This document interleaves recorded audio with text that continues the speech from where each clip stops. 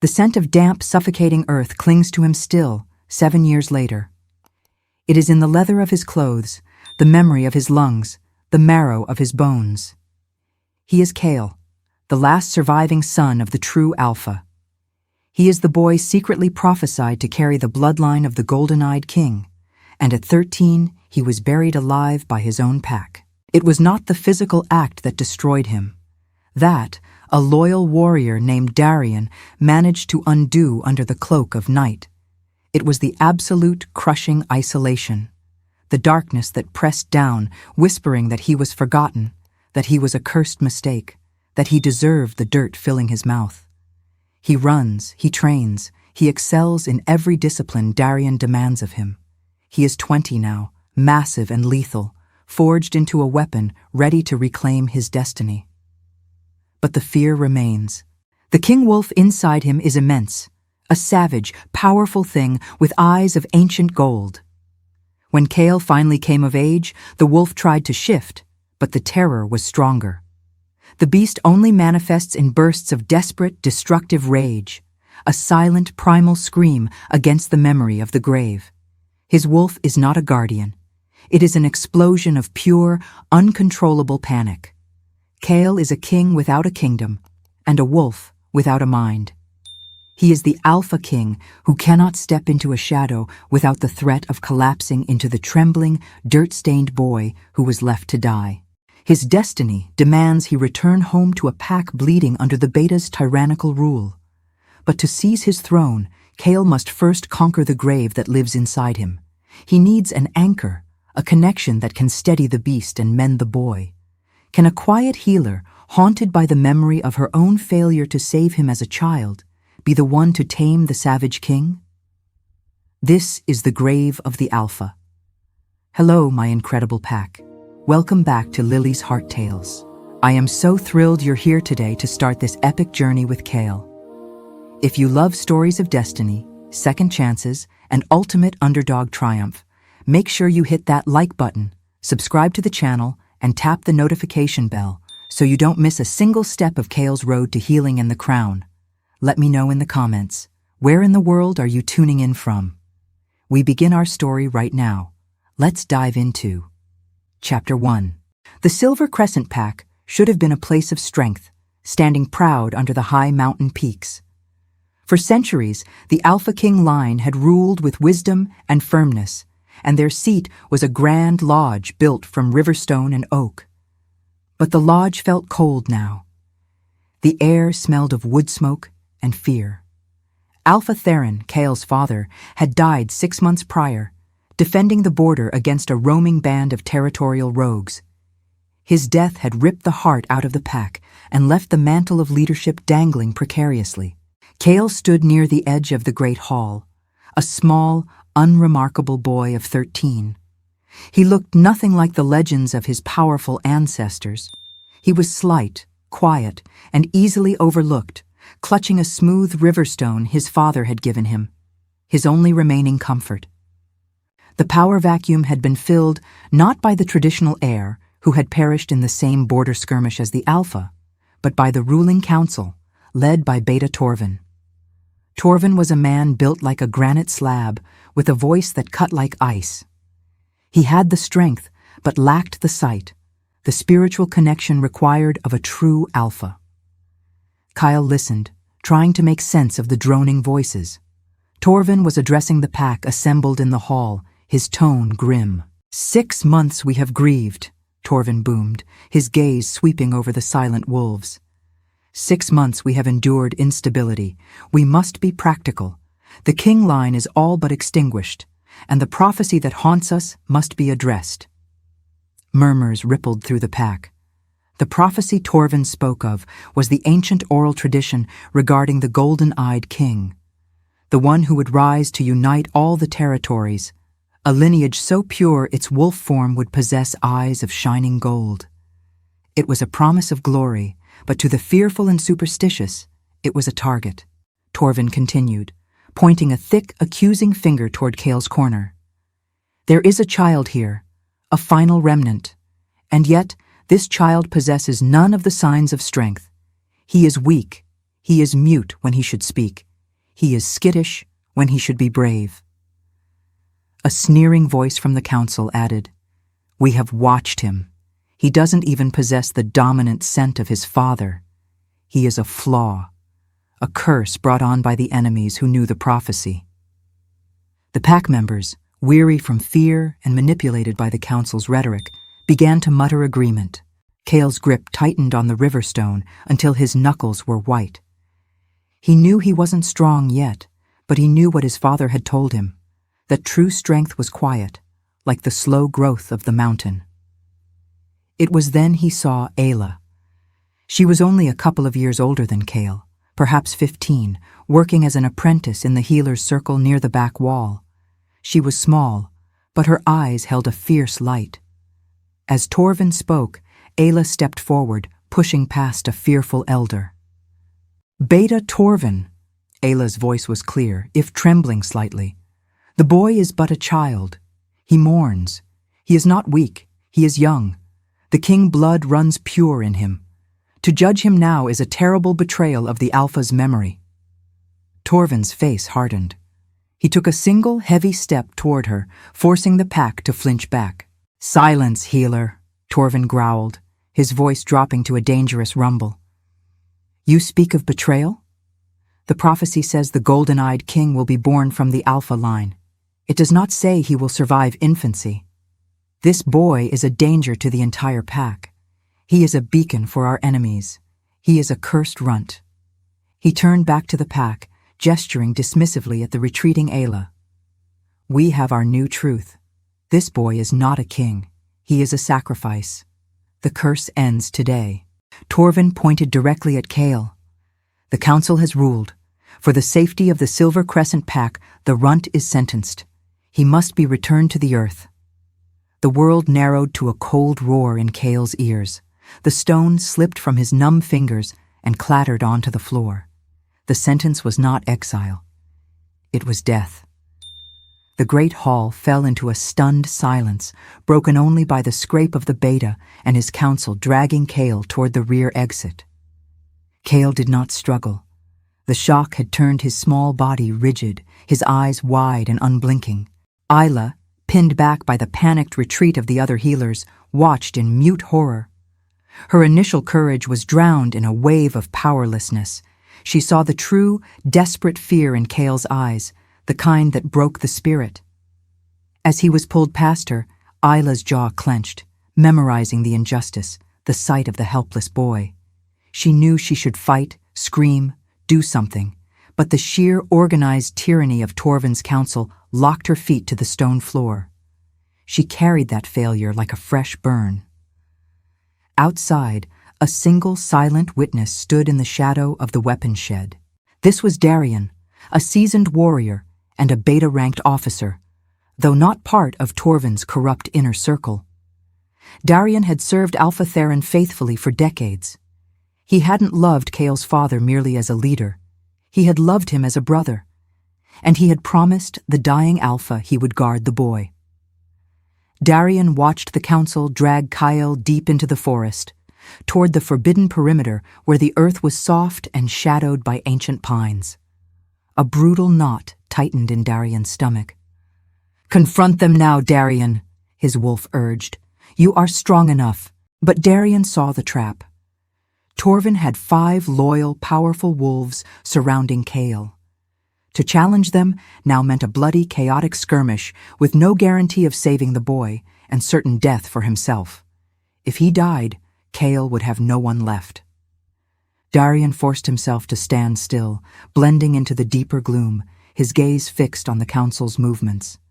He was a hunter now, watching his prey and waiting. The execution was swift and chillingly ritualistic. Torvin produced a small silver spade. He forced Kael to his knees beside the freshly turned earth, soft and dark from the recent autumn rains. "Let the earth reclaim the curse," Torvin spat. He shoveled the dirt, quickly covering Kael's legs and torso. The other council members joined in, their faces grim masks of twisted duty. Kael finally broke. A high-pitched, desperate wail tore from his throat, followed by guttural sobs. He began to thrash violently, clawing at the loose soil now pressing down on his chest. His terror was agonizing, primal, the ultimate fear of confinement and suffocation. Within minutes, Kael was submerged. His panicked cries turned into strangled, muffled pleas. The council packed the dirt down over his head, leaving a tiny, cruel opening for air, just enough to ensure the dying would be slow and absolute. Torvin stood over the small mound of earth. The king line is done. The prophecy is neutralized. We are safe. The council scattered, leaving Kael alone in the cold silence of the forest. They did not wait to ensure his last breath. They believed the burial would take care of it. Darian waited. He waited until the last scent of the council faded completely. He counted the minutes, every second an eternity. The sounds of Kael's frantic breathing, muffled by the earth, were slowly growing weaker. Finally, Darian broke cover. He rushed to the grave, falling to his knees. The faint metallic tang of blood filled the air. Kael had bitten his tongue, fighting the earth. He tore at the soil with his bare hands, frantically scraping away the cold, claustrophobic weight. The dirt was loose, but heavy, and time was running out. Finally, Darian reached Kael's face. He pulled the boy free, dragging the unresponsive, dirt-covered body from the shallow pit. Kael was limp, his breathing shallow, his eyes rolled back in his head. Kael was alive, but barely. His chest seized, not just from the near suffocation, but from the raw, mind-shattering panic. As Darian scooped the boy up, Kael's small hands scrabbled at Darian's chest, desperately searching for space, for air. Darian held him tight, pressing his lips to Kael's ear. "I've got you, little king. I've got you. We're leaving, and we are never looking back." He gathered Kael in his arms, the boy's body trembling uncontrollably, the raw terror of the earth already burrowing deep into his young mind. Darian fled the territory, carrying not just a wounded boy, but the catastrophic trauma that would become Kael's defining burden. Chapter 2. The first weeks were defined by silence and dirt. Darian didn't attempt to travel far, not at first. Kael was too fragile. They hid in deep forests across the neutral territories, moving only at night, Darian carrying Kael most of the way. Kael would not eat for days, and when he finally did, he would meticulously wipe every speck of loose earth from his hands, his bowl, and Darian's tunic. He couldn't bear the feel, or even the sight of it. The psychological damage was immediate and debilitating. Any confined space, a dense thicket, a small cave for shelter, or even heavy fog, would instantly trigger a relapse. His breath would catch in his throat, his eyes would dart wildly, and he would claw at his clothes, searching for the air he felt was stolen from him. Darian, the seasoned warrior, was utterly unprepared to treat this kind of wound. He could fight a pack of rogues, but he couldn't fight Kael's memories. "It's safe here, little king," Darian would whisper, holding the trembling boy through the night. "Open space, above the ground, there's air everywhere." Kael, however, was no longer afraid of the dark or of wolves. He was afraid of confinement. He was afraid of the very earth beneath his feet. As months turned into years, they settled into a rigorous pattern of exile in the rugged northern wilds. Darian's focus shifted from simply guarding a child to shaping a king. He was relentless. "They expect a runt," Darian would say during their early morning combat drills. "We will give them a warrior." Kael absorbed the fighting lessons with a fierce, desperate intelligence. He learned the pack laws, the old traditions, and the strategic weaknesses of his enemies. Physically, he grew rapidly, fueled by Darian's demanding schedule and his own burning need for mastery. By age 16, Kael was already tall and lean, possessing the quiet, watchful intensity that Darian had instilled. But the progress was purely external. Darian required Kael to spend an hour each day in meditation, trying to foster the internal connection necessary for an alpha, the deep spiritual bond with the wolf, the source of their power. This was the first great test, and Kael failed it every time.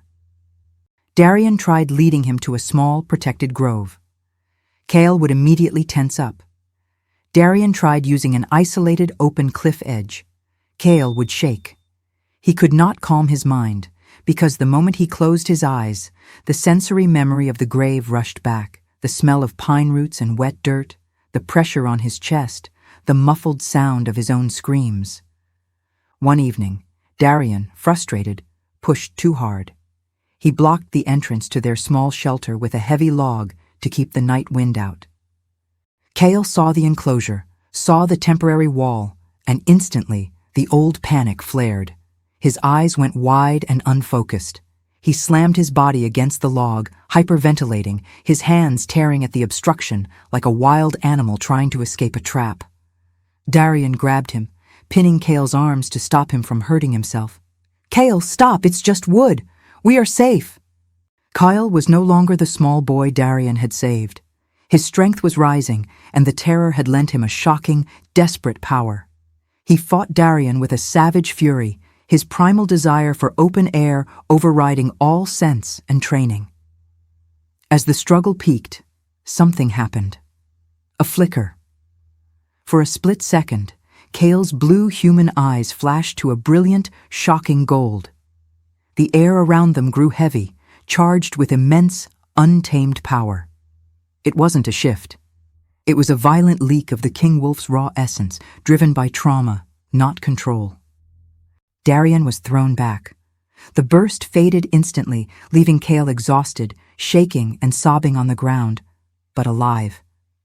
Darien stared at Kael, fear replacing frustration. He now understood. The prophecy was real. But the burial hadn't killed the King Wolf. It had trapped it, turning its immense power into a time bomb of fear. "We don't just need training," Darien realized grimly. "We need a miracle." The years between 16 and 18 were spent in a race against fate. Darien intensified the physical training, hoping to build Kael's self-control and confidence so high that it would override the deep-seated panic. He taught Kael to harness the brief, uncontrolled bursts of golden power he occasionally leaked, attempting to channel them into his strikes. Kael became a master of combat, precise, quiet, and deadly. But Darien knew martial skill alone wasn't enough. A king's power came from his ability to consciously merge with his inner wolf. The 18th birthday approached like a judgment day. For werewolves, the 18th year was the traditional, often obligatory time of the first complete, controlled shift. If Kael could shift now, he could prove himself whole. If he couldn't, the savage runt would be confirmed, and their mission to reclaim the throne would be dead on arrival. Darien chose a wide, high-altitude clearing for the event, a space utterly free of shadows or enclosures. He spent the entire day preparing Kael, talking him through relaxation techniques, reminding him of his father's strength and the future crown that awaited him. As the full moon reached its zenith, bathing the clearing in white light, Darien watched Kael with bated breath. Kael stood tall, his muscles tense, his eyes squeezed shut in concentration. He reached deep, trying to summon the King Wolf he knew resided within him. The air grew thick. The power was undeniably there, thrumming beneath his skin, far stronger than any typical beta. He felt the shift begin, the painful stretching of bone, the warmth of growing fur, the widening of his jaw. The gold light was beginning to bloom behind his eyelids. But then, the traumatic memory resurfaced, triggered by the sensation of the power pressing outward against his skin, mimicking the pressure of the earth pressing inward. His brain screamed, "You are being crushed, you are trapped, you are dying." The shift aborted violently. Kael didn't transform into a regal, controlled wolf. He collapsed, writhing on the ground, seized by a catatonic panic attack. The power that had been summoned had no mind to control it. A massive, shadowy, gold-eyed form, barely coherent, slammed into existence around him for a single terrifying minute. It was the feral King Wolf, a beast of pure, reactive terror and rage, snapping at the air, attempting to tear free from the invisible confines of the earth. The beast was uncontrollable. It lashed out, destroying the surrounding trees, its powerful roar echoing through the mountains, a sound of profound pain rather than dominance. Darian watched, aghast. He was forced to tackle Kael, physically holding the convulsing, screaming human body as the feral power dissolved back into him, leaving Kael weak and drenched in cold sweat. When Kael was finally lucid, the shame was crushing. He had failed. He was a fraud. He was destined to be king, but he couldn't even control his own skin. "I told you, Darian," Kael whispered, burying his face in his trembling hands. "The prophecy is a curse.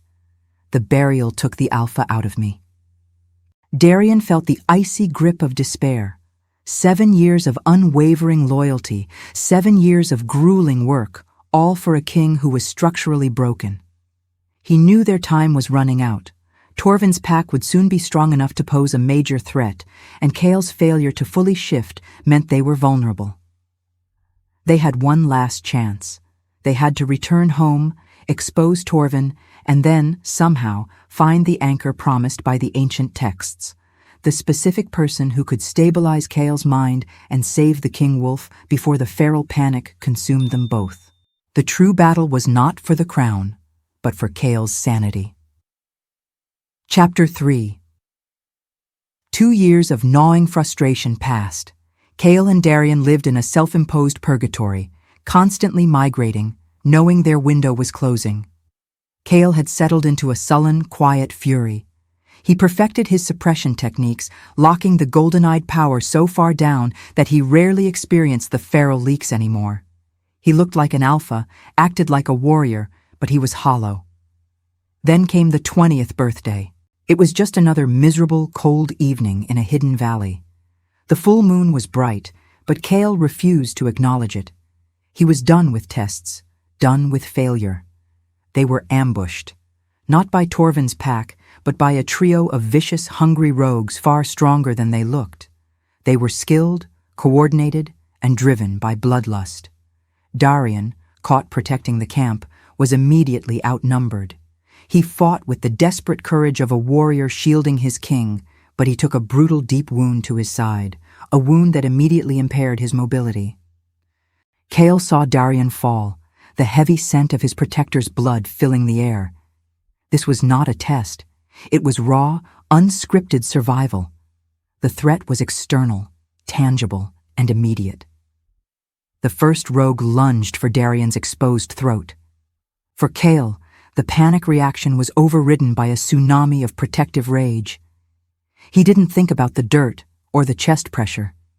He thought only of Darian, the man who had risked everything, the man who had dragged him, gasping from the grave. The Alpha King demanded justice. Kael roared, a deep, resonant sound that split the night, a sound he had never produced before. The power erupted from him, but this time it was driven by purpose. The shift was instant and devastating. He didn't simply become the savage beast. He became a towering, magnificent wolf, cloaked in dark, shadowy fur, with eyes that burned like polished gold in the moonlight. It was brief, a matter of heartbeats, but it was controlled. This was the miracle shift.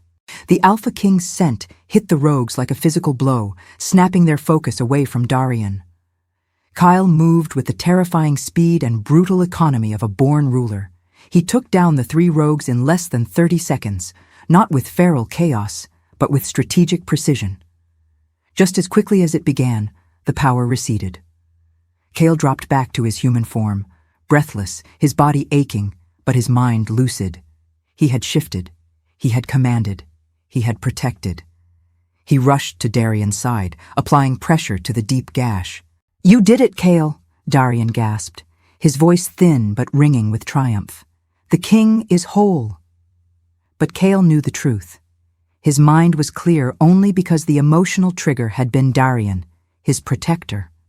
If he faced a closed-in space tomorrow, he would revert to the savage panic. The shift was a glorious anomaly, not a cure. As the moon began to set, Kael stood vigil over Darian. Exhausted, he finally allowed his mind to drift into a true, deep sleep. And in that sleep, the moon goddess finally spoke. Kael stood in a dreamscape of silvery light, surrounded by the shadows of his ancestors. He heard a voice, pure and ancient, yet carrying the weight of command. The king has risen. But the king is flawed. Your crown is yours. Your pack is dying. Return. Your people bleed, starved of the true Alpha's grace. You need not conquer your fear, young sovereign. You need only find the anchor. The key is the one who remembers the failure, the one who can soothe the wound. Go home. Kael woke with a start, the words echoing in his mind. The return was now demanded by divine will, and the victory depended on finding a specific, unknown person. The anchor. Darian's wound healed quickly, but the prophetic dream cemented their purpose. They now had a mission that was both political and personal. Reclaim the kingdom and find the anchor. The dream confirms what I suspected, Darian murmured, strapping on his weapons. Your power is unstable. It needs a catalyst, a mate, perhaps, who can handle the trauma and regulate the king wolf. We must assume this anchor is someone known to the pack. Kael nodded, his expression grim. Then we approach as ghosts. Torvin fears the prophecy, but he won't recognize the frightened boy he buried. They traveled south for 2 weeks, using back trails and avoiding established pack routes. When they finally reached the mountainous territory of the Silver Crescent Pack, the decay was palpable. The air was heavy with tension, and the perimeter patrols were thin, paranoid, and clearly ill-fed. Torvin ruled through fear, and a pack ruled by fear cannot prosper. They watched from a hidden vantage point for days, observing the comings and goings from the Alpha Lodge. The current ruler, Beta Torvin, was now a bloated caricature of a leader, paranoid, relying on brute force and surrounding himself with weak, self-serving guards who wouldn't dare challenge him. To enter, Kael and Darian shed their exile persona. They adopted the guise of wandering mercenaries, lone shifters who had been displaced by war in the West and were seeking a powerful alpha to pledge loyalty to. They masked their king sense, using methods Darian had perfected over years of evasion. Kael adopted the alias Cain, projecting an aura of aloof, quiet competence. They approached the borders at midnight, allowing themselves to be captured by a patrol. The ruse worked perfectly. Torvin, desperate for strong fighters in his increasingly vulnerable pack, brought them before him. He studied Kael, the tall, imposing, black-haired warrior, and saw no trace of the weak child he had buried. "You are strong, Cain," Torvin sneered, assessing Kael with suspicion. "Why pledge to me? Many alphas are hiring." "Because your pack is solid, Beta," Kael replied, his voice level and devoid of emotion. "And you seem to have a need for capable wolves who don't ask questions. We want a home." Torvin accepted the answer, assigning them to the security detail, a perfect infiltration point. Their first day serving the pack was a bitter study in degradation. Kael watched his ancestral home suffer under tyranny. The wolves were hungry, silent, and avoided eye contact. While escorting a supply run back to the healer's den, Kael paused. The air near the den was different, less thick with fear, carrying a faint, soothing scent of herbs and clean earth. Standing outside, tending to a wounded elder, was a woman. She was focused, her brow furrowed in concentration as she bound the elder's leg. She moved with quiet competence and a gentle touch. It was Ayla. She was older now, her youthful anxiety replaced by the weary wisdom of a head healer carrying the pack's burdens. But when she looked up, her gaze was deep and strangely compassionate, even towards the gruff new guard detail. As her eyes passed over Kael, a profound physical jolt, like a sudden drop in altitude, hit him. It wasn't the volatile power surge of his wolf, it was a deep, resonant calm. The ever-present low hum of anxiety that always lived beneath his skin vanished completely for a split second. The anchor. Kael immediately averted his gaze, forcing himself to remain impassive. He couldn't risk exposing his connection. But the prophetic voice was ringing in his mind, the one who remembers the failure, the one who can soothe the wound. Ayla had witnessed his burial. She was the one who failed, and she was the one whose presence provided the only peace he had felt in 7 years. The game had changed. Kael wasn't just here to seize a crown. He was here to seek a salvation that resided in the hands of the woman who held the key to his broken mind. Chapter 4. Kael and Darian settled into their duties, maintaining the cold, distant facade of mercenaries. Darian quickly noted the shift in Kael. His focus was no longer purely political. His eyes constantly tracked the movements around the healer's den. "Your gaze is too obvious," Darian warned Kael during a night watch. "If she is the anchor, we must be discreet. Torvin watches everything." "I know," Kael ground out, his jaw tight. "But when I am near her, the pressure stops. The ground beneath me feels solid. I need to understand it." Kael began fabricating reasons to be near Ayla. He offered to escort wounded wolves to the den, volunteered to run supply inventories, and even feigned minor training sprains, citing his need for expert attention. Ayla treated him with the same gentle professionalism she offered every wolf, yet she always seemed slightly uneasy in his powerful presence. The true breakthrough came during a pack-wide disaster. A section of the aging underground storage tunnels beneath the lodge, critical for winter food stores, experienced a partial collapse. Several workers were trapped.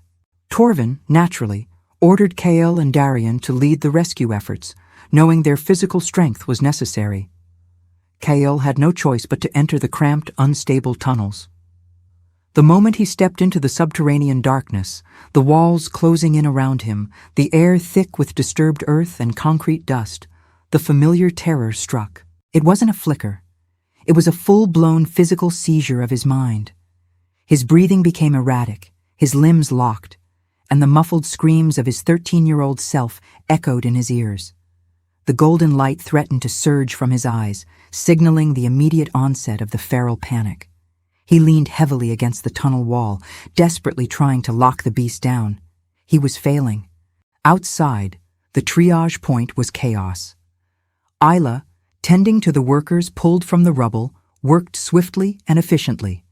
As the first wave of rescue workers rushed back toward the entrance, Kael, still fighting the internal onslaught, staggered out.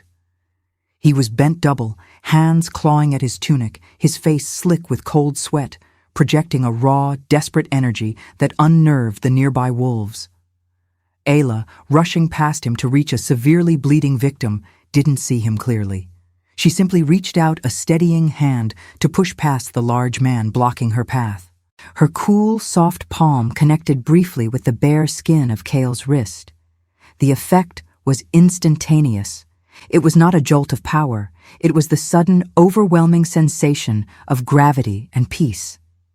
The invisible walls of the grave shattered. The pressure lifted.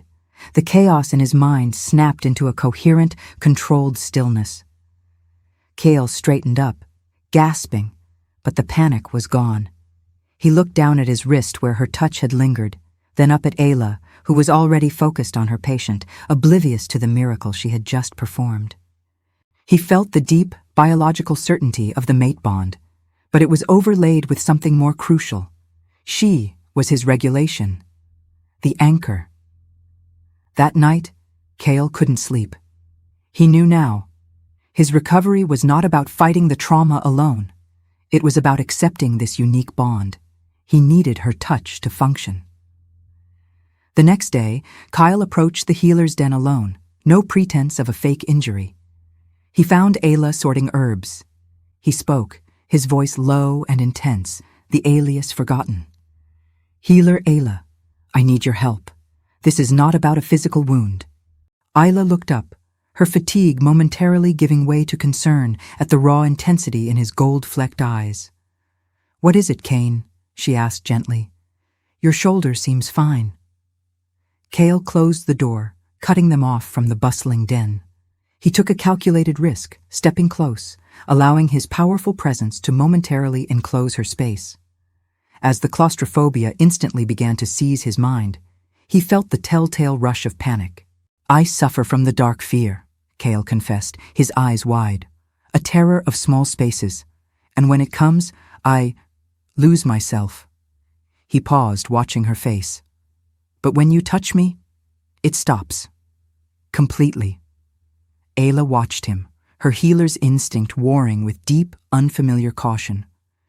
She knew instinctively that this man was carrying a trauma far beyond a simple phobia.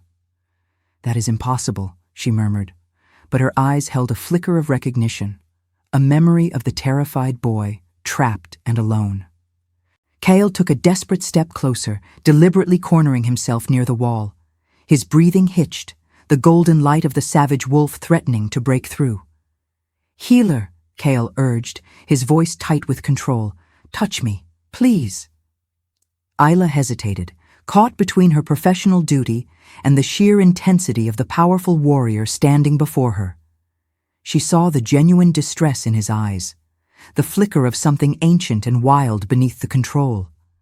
She saw the fear, and it reminded her of the silent, helpless terror of the boy in the great hall years ago. Ignoring the risk of being alone with him, she extended her hand, laying it gently on his forearm. The effect was instantaneous and profound, both for Kael and for Ayla. For Kael, the rising tide of panic instantly receded. It wasn't just physical relief, it was mental clarity. The gold wolf didn't disappear, but its roar softened to a purr, acknowledging the presence of its mate and anchor. For Ayla, the connection was jarring. Touching him unleashed a torrent of sensory input, an overwhelming scent of pure, primal alpha dominance, layered with the crushing emotional weight of buried pain. It was the deepest, most potent mate bond she had ever encountered, yet it felt less like a romantic pairing and more like a circuit completed. What is that?" Ayla whispered, pulling her hand back, shaken by the overwhelming power. Kael recovered quickly, his eyes now lucid. "It's salvation. I need it, healer. I need your presence to quiet the noise." He confessed a partial truth. He suffered from a rare form of psychological trauma that was exacerbated by enclosed spaces and stress, and her specific presence seemed to counteract it. He framed it as a medical necessity, avoiding any mention of the prophecy or the crown. Ayla, driven by her core belief that all creatures deserved healing, agreed to help, but only under the pretense of counseling and specialized herbal treatments. They established a routine, quiet, private sessions in the back room of the healer's den during the late afternoons when the pack was busiest and surveillance was lax. The sessions were intensely personal. Ayla learned that Kael was hypervigilant, slept poorly, and was constantly fighting an unseen battle. She would sit beside him, often with her hand resting lightly on his back or arm while dispensing herbs and quiet words. She used the time to talk, easing Kael into discussing the generalized feelings of betrayal and abandonment that fueled his fear. Kael, in turn, learned about Ayla's unwavering compassion, her deep knowledge of the pack's history, and the quiet guilt she carried over her past failures. The mate bond deepened rapidly. Their physical proximity and shared vulnerability built a powerful, undeniable connection. Kael found himself confiding in Ayla things he couldn't even tell Darian, the lingering coldness of the dirt, the terror of his failed shifts. One afternoon, Kael pushed himself, deliberately recounting the feeling of the earth pressing on his chest. As his anxiety spiked, the golden light flared dangerously in his eyes. Ayla, terrified but resolute, didn't flinch. She placed both hands firmly on his shoulders, forcing him to look at her. "Breathe, Cain," she commanded softly. "You are not trapped. You are here. You are safe. I see you." The golden light subsided. Kael leaned into her touch, his entire body shuddering. "You are the only one," he rasped, the emotional barrier between them finally crumbling. Ayla now suspected her patient was far more than a simple mercenary. She sensed the power radiating from him, a power that felt ancient, regal, and rightful, completely incompatible with Torvin's crude authority. She began to suspect he was the last heir.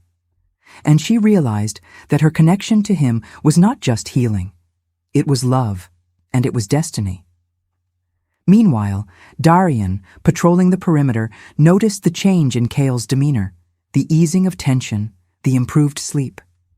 He knew the anchor was working, but the constant proximity also made them dangerously visible. "You are becoming careless," Darian warned Kael one night. "Your scent is mingling with the healers. Torvin's spies will notice the change in your focus. We are close to the challenge. Don't let your heart compromise the mission." Kael looked toward the lights of the healer's den. "My heart isn't compromising the mission, Darian. It is securing the crown. Without her, I am the savage runt. With her, I am the king." Chapter 5.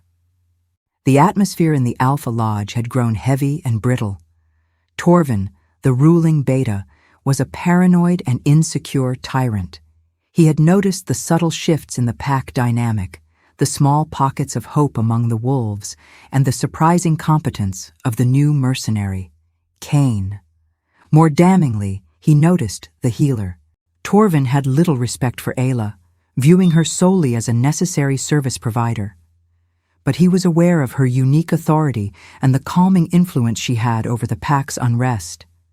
He also knew she was fiercely independent, and her growing affinity for the strong, quiet newcomer, Kael, did not escape his notice.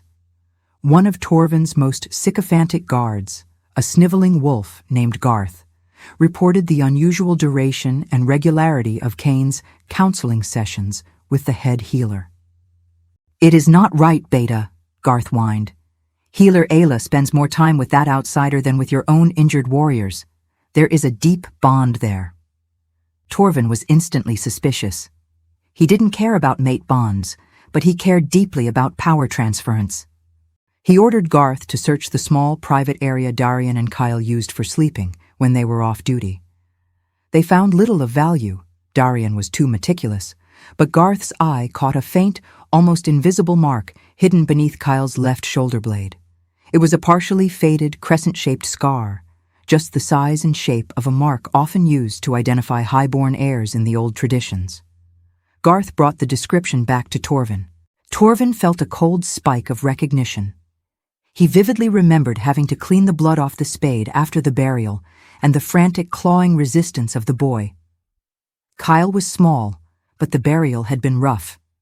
It was plausible that the rough scrape against a rock in the pit, or perhaps the edge of Darian's rescue tool, had left a distinctive scar. The cursed runt. It was impossible. He had seen the child put in the ground. Torvin summoned Ayla to his private study, dismissing the guards. "Healer?" Torvin said, his voice deceptively smooth. "I admire your dedication. Tell me about this Kael. He is suffering from some kind of stress, yes?" Ayla kept her expression neutral. "He is, Beta. A severe form of claustrophobic anxiety, likely rooted in childhood trauma. I am providing herbal and mental stabilization."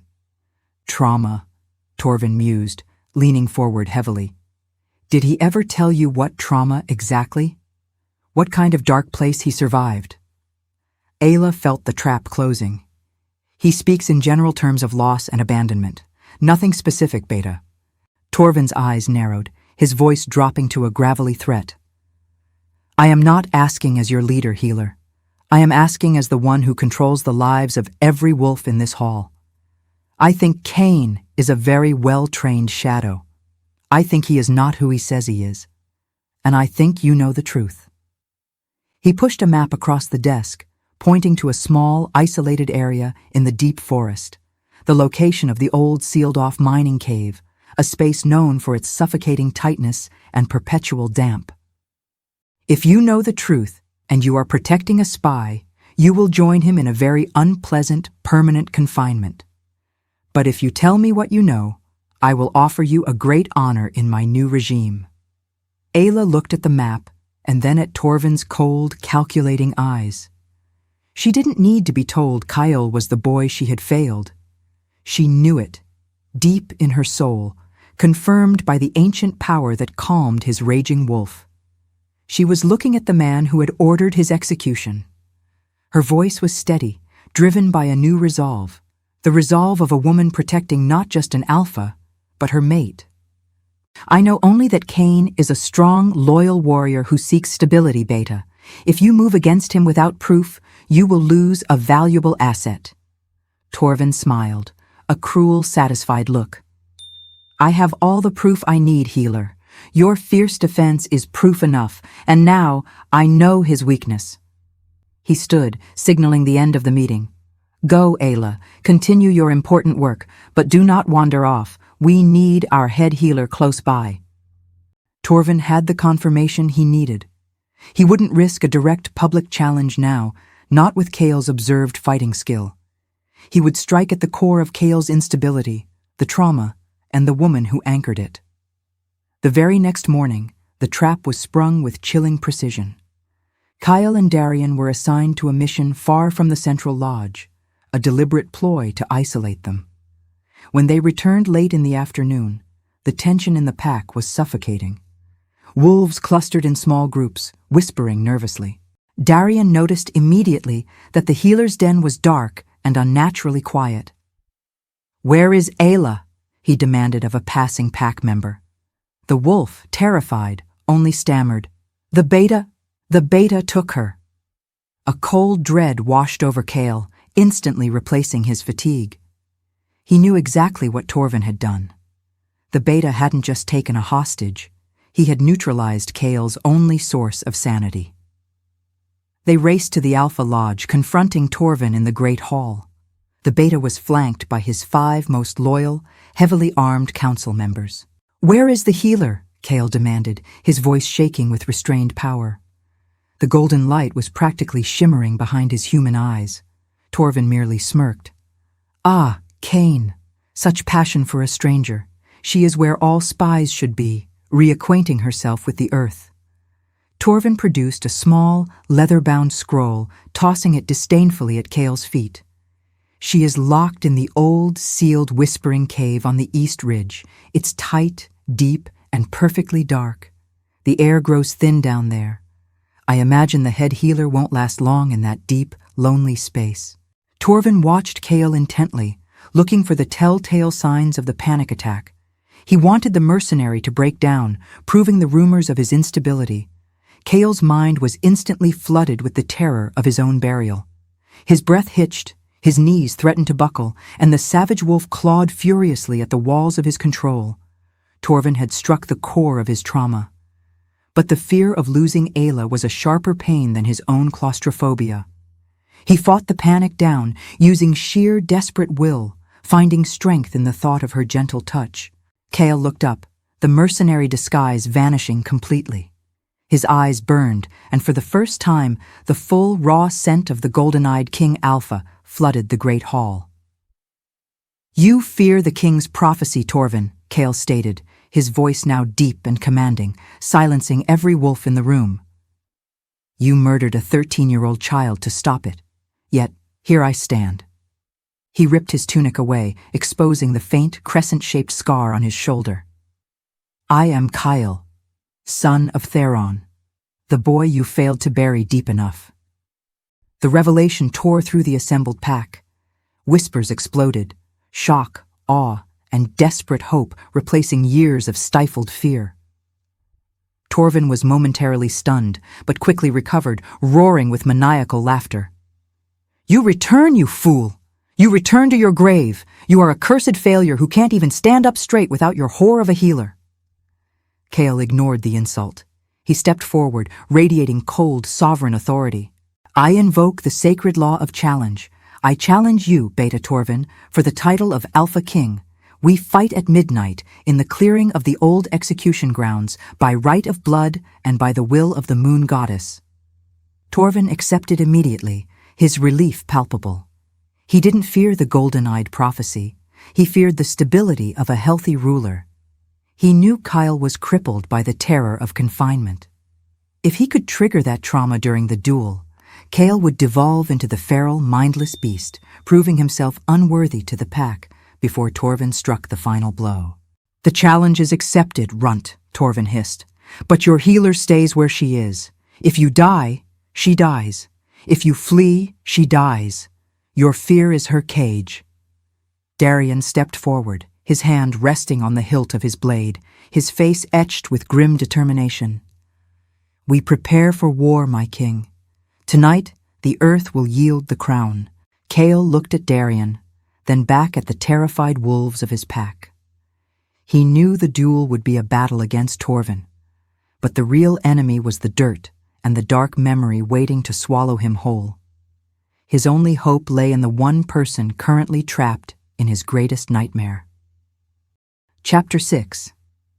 The old execution grounds were desolate and vast, fitting the grim mood of the pack gathered to watch the midnight duel. The wolves stood in a wide circle, silent and tense, anticipating either the coronation of a true king or the final bloody triumph of a tyrant. Kael stood opposite Torvin.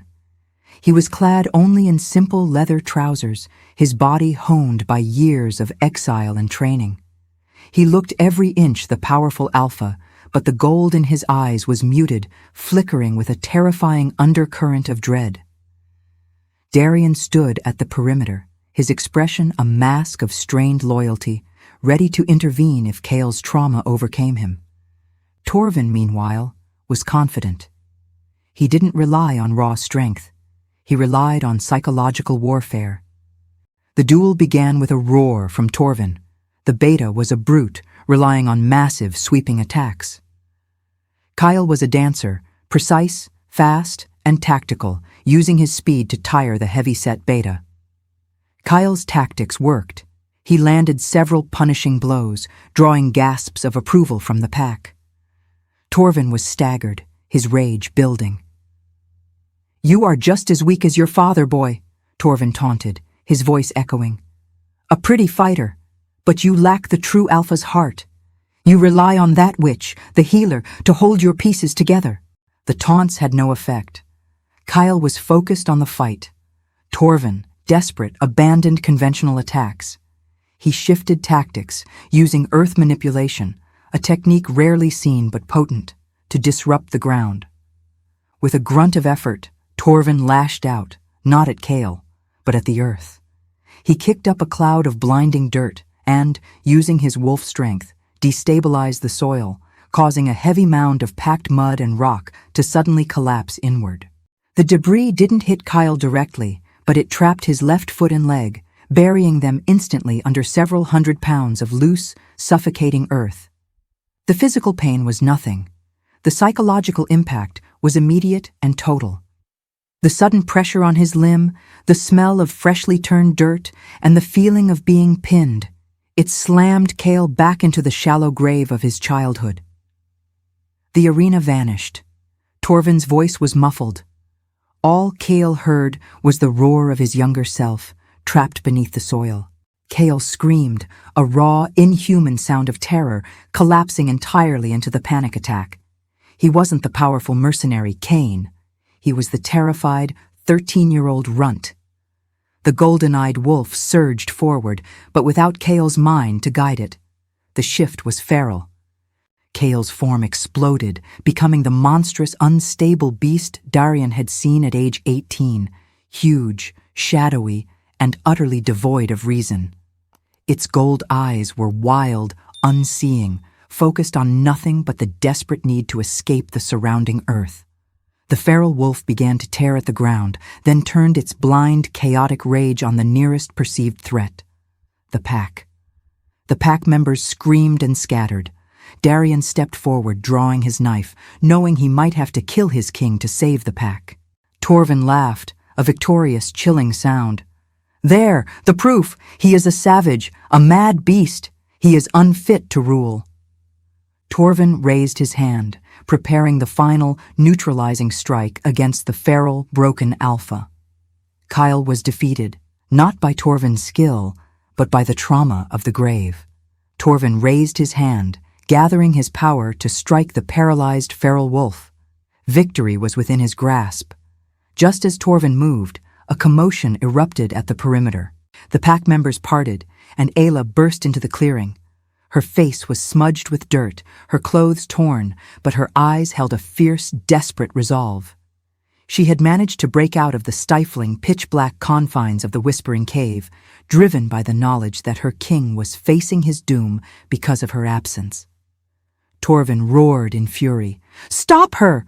Garth, kill her!" But Ayla didn't stop. She ran straight toward the epicenter of the chaos, ignoring the guards, ignoring Darian's shout of warning, and ignoring the terrifying gold-eyed beast tearing at the earth. She threw herself directly into the combat circle, placing her small body between the usurper Beta and the feral wolf that was Kael. This was not a move of submission. It was an act of complete, selfless courage. "Kael!" she screamed, her voice cutting through the beast's guttural noises. "Look at me! Look at the anchor!"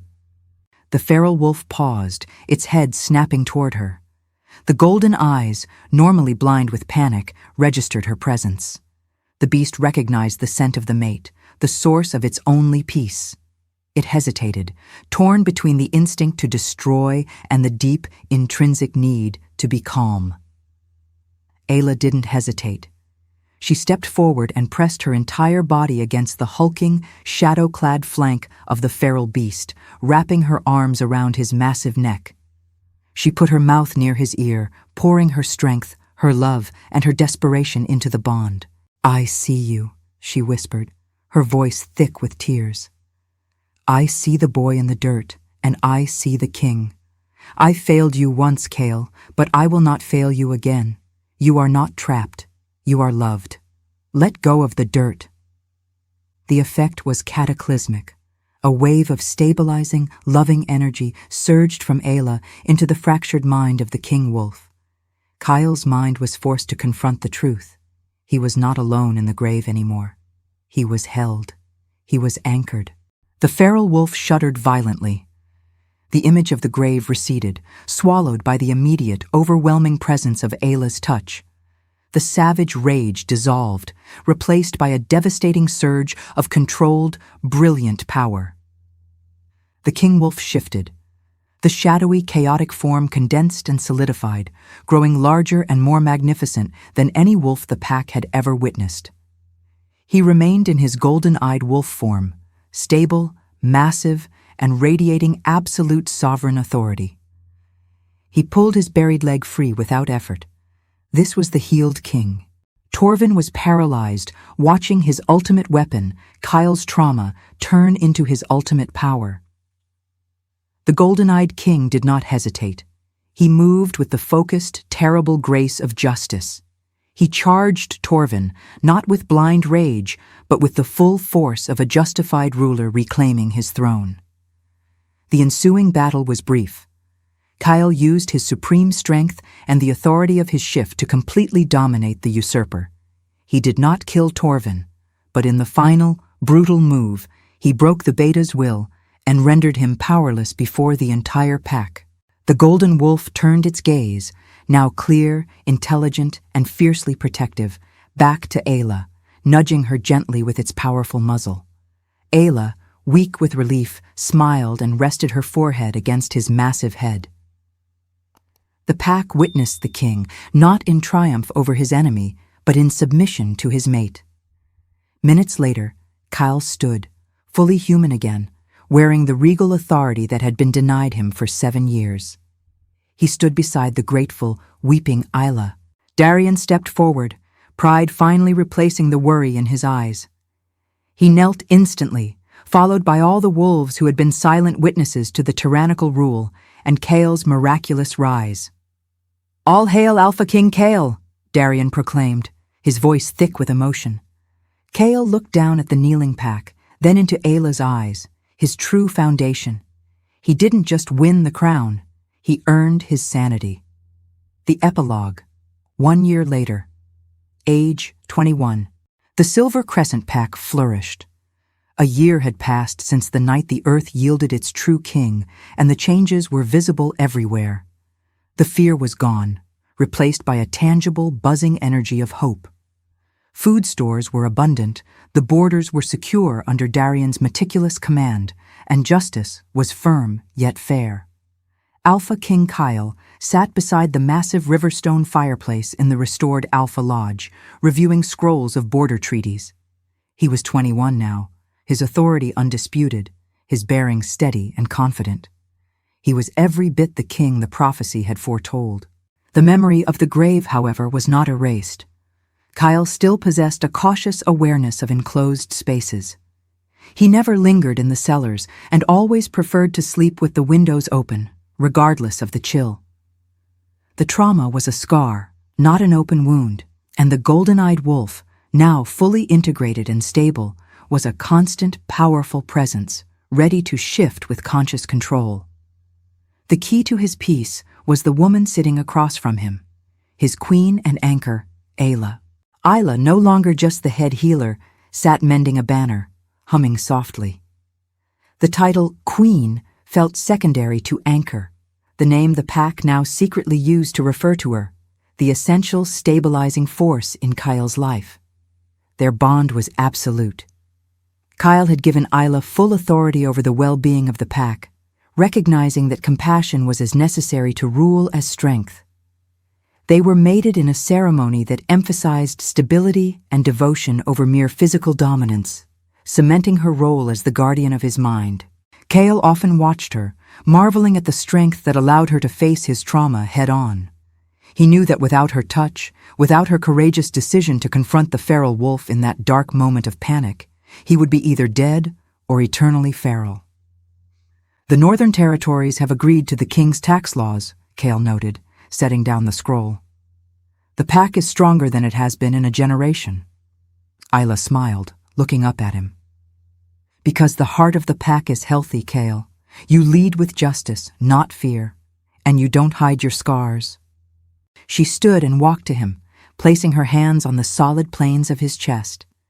Kael leaned into her touch instantly, finding the familiar, profound stillness. The pack sees the king, Kael murmured, pulling her close. You see the boy who needed saving. I love you, Ayla. You didn't just give me the crown, you gave me back my mind. In the distance, Darian's voice echoed, giving orders to the night patrol, the ever-loyal Beta, finally at peace, knowing his promise to the Alpha's family was fulfilled. Torvin and his council had been exiled, sent out to wander the human territories, stripped of their power and title, a fate Kael deemed crueler than death. Kael held Ayla tightly, looking out at the cold, vast night. He had faced the darkest fear the earth could offer and survived. He was the golden-eyed king, the ruler of his pack, and finally the master of his own soul. And that is the triumphant conclusion to the grave of the Alpha. What an incredible journey of betrayal, healing, and destiny. Kael proved that true power isn't about physical dominance. It's about the courage to face your deepest fears and accept the love that anchors you. What was your favorite moment of Kael and Ayla's story? Was it the dramatic miracle shift or Ayla's brave intervention in the duel? Let me know in the comments below. If you loved watching this underdog rise to claim his destiny, please hit that like button, subscribe to Lily's Heart Tales, and share this video with another romance lover. Thank you so much for joining our pack, and I'll see you in the next tale.